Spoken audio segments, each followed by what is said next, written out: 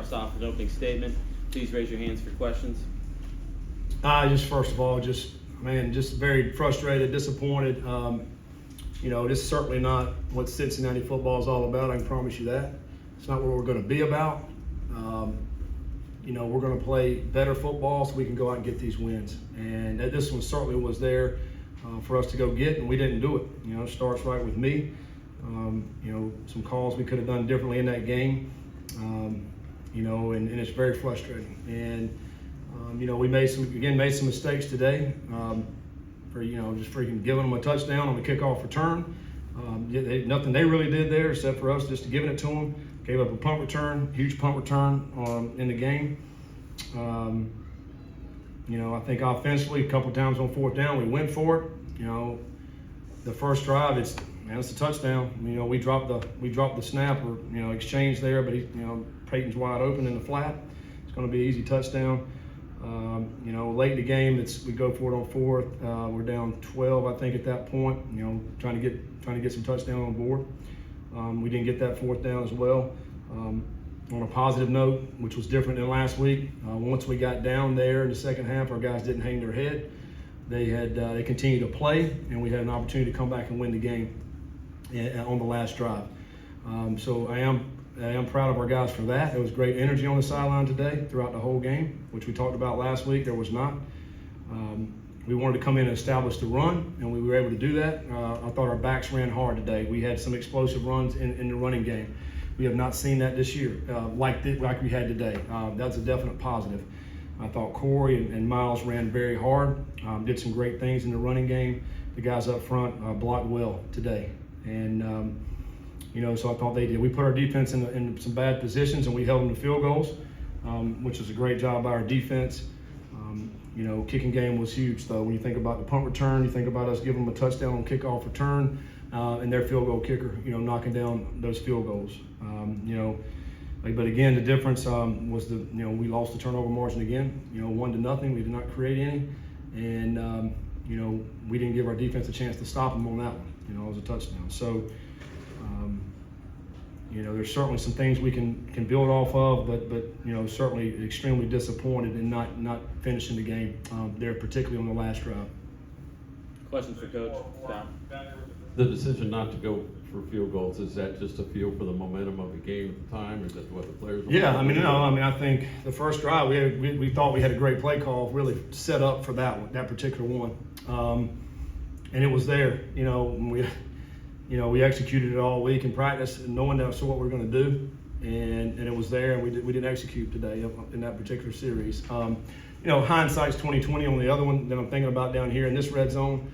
I think it was 4th and 4 or 5, and roughly in that range.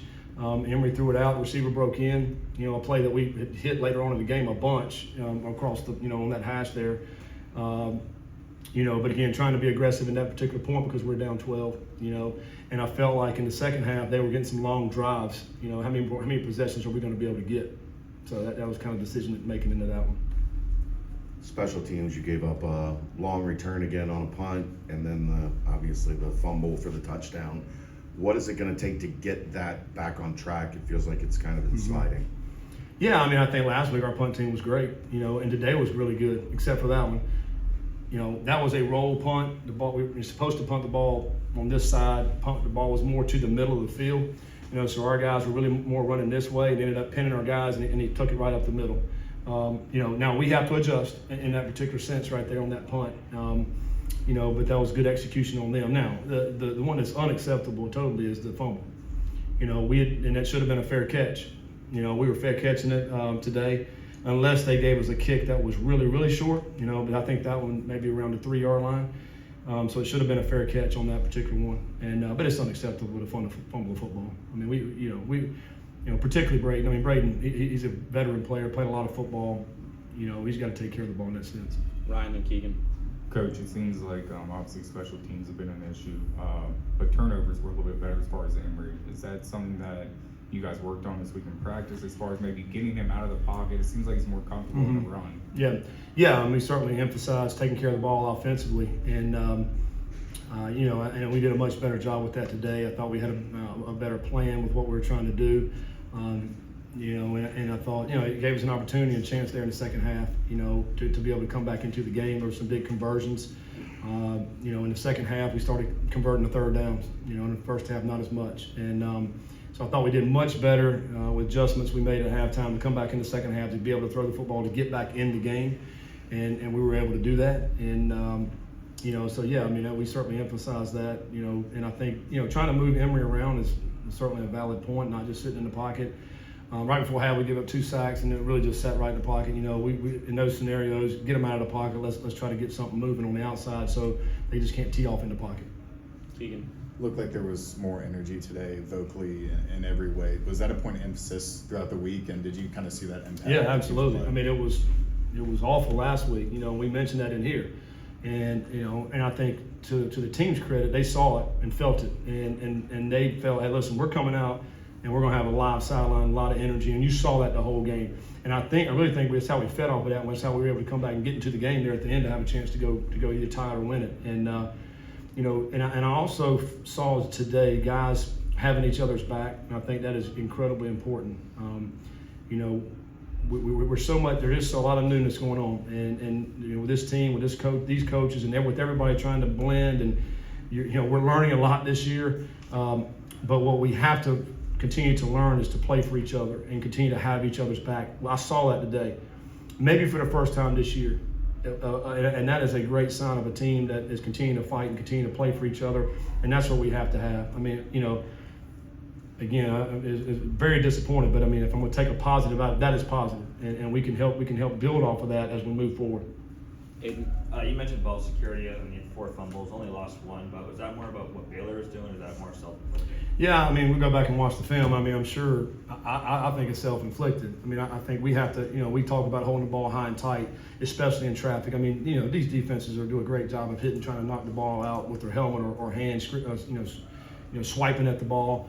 One time, Corey had a first down, and then they fumbled back, and we fell on it, and then now it's 4th down. We had to punt. That was an unfortunate bounce. So just hold on to the ball right there in that scenario. We get a first down. We're staying on the move. But I feel like we work on ball security a lot. Not creating those fumbles. But one of them was Emory on 4th down, the running back and the exchange right there when we're trying to pull it. Those type things are frustrating because that doesn't happen in practice. I mean, we're really clean with that. So I hate it that it happened. When we needed it. Chad and Neil. The last offensive play, did it look to you like it was there early? Defense was there early? Absolutely. Yeah. I mean, we hit Braden on the sideline right here. He's trying to run an out route. He can't run the out route because he's getting restricted and the ball's thrown right out in front of him. I mean, I don't know what we're supposed to do.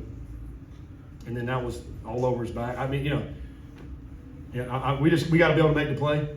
But it is extremely difficult if you're going against a man team and they had to stop us and they're playing man. Here's what I'll say about it.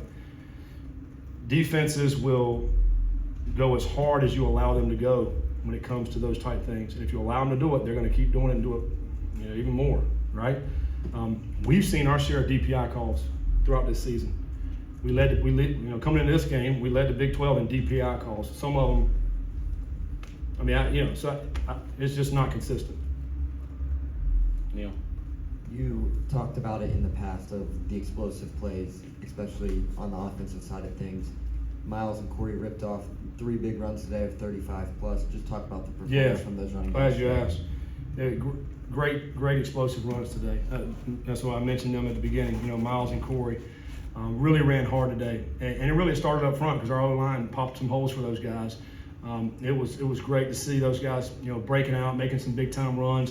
One of them was on the 3rd down when Miles broke a tackle, hit the sideline, scored a touchdown. Our longest run from scrimmage that scored, and that's awesome. And we got to have more of that. And so I really, Miles, I thought gave us a great spark today with, some of his explosive runs, and then Corey as well. He broke off a 40-yarder as well today. So for the first time, really this year, I thought those 2 guys really did some great things in the running game. Scott. Is it unusual to lose when you have 2 100-plus yard Yes. runners? Extremely. I mean, you've probably had it before, but typically that's a win. Yeah. 288 yards rushing to 80, you win. Usually. Coach, it seems like you guys have really struggled against the pass and deep plays this We year. have. How do you get better with that? It seems like, Ketron Jackson had 130 yards today, multiple explosive plays behind the secondary. Yeah, I mean that we're trying. You know, I mean, we don't have much depth in the secondary. You know, the guys that are playing are the guys that we have to play. I think sometimes we get nosy with our eyes and are, you know, trying to go stop the run sometimes, and then, you know, we're supposed to be back and help out in the secondary. You know, that's certainly it has been a point of emphasis to try to get better at that, because we are good at stopping the run. You know, and, you know, giving up those big pass plays. One of them was a trick play that they hit down the sideline. One of them was a post. One of them was we were double covered. We had him double covered, number 11 down the sideline for a 55-yard bomb. We got to stay on top. You know, we have to stay on top and you know, make that be an incompletion. It's particularly if you're getting double covered. You know, so those are things we have to get better at. And because teams are going to see it, they've seen it. I mean, they see it on film, and so we come in here on Saturdays and they're going to attack that. They're going to try to throw it deep on us, and teams have done that and had success in that. So we have to stay on top. Russ. Shimon seemingly looking like the top option over the middle over the past couple weeks. Is he kind of fitting nicely into that role as a nice middle? Yeah, I think so. I mean, you know, we certainly started to utilize him more over the last 3 weeks, and he's a big target. You know, big catch radius, big guy in the middle. You know, to me, a hard guy to cover. You know, even if it's man, because you got, you know, he can kind of box some of those guys out over the middle. Some big third down catches today by Shimon, and I say this every week. He's getting better and better, and he can get a lot better. You know, but I think it's certainly you know, good to have a security blanket right in the middle of the field. When it's third down, you need to get a first down. Neil. You talked about the energy this team brought to you. A guy like Deshaun Pace finished with the game high, 11 tackles, 2.5 tackles for loss, a sack, quarterback hurry, anything you name it. Just talk about his performance and the energy he sparks that defense. Yeah, I mean, you know, he's a fast player, you know, and then when he's in the right spot, he can make plays. And you know, so being able to have him and coming off that edge today to cause some problems and havoc off the, I think that was some huge plays that he was able to make, you know, and we have utilized his speed. You know, he's a quick twitch guy. You know, and yeah, I mean, he had a big time game today. We obviously, you know, need that from him to be able to put pressure on the quarterback. And I thought we, you know, did some good things putting pressure on the quarterback today. You know, coming from Deshaun and some of the D line, you know, giving some good havoc on the quarterback. So that was obviously good to see. Thanks, Coach. All right, thanks guys.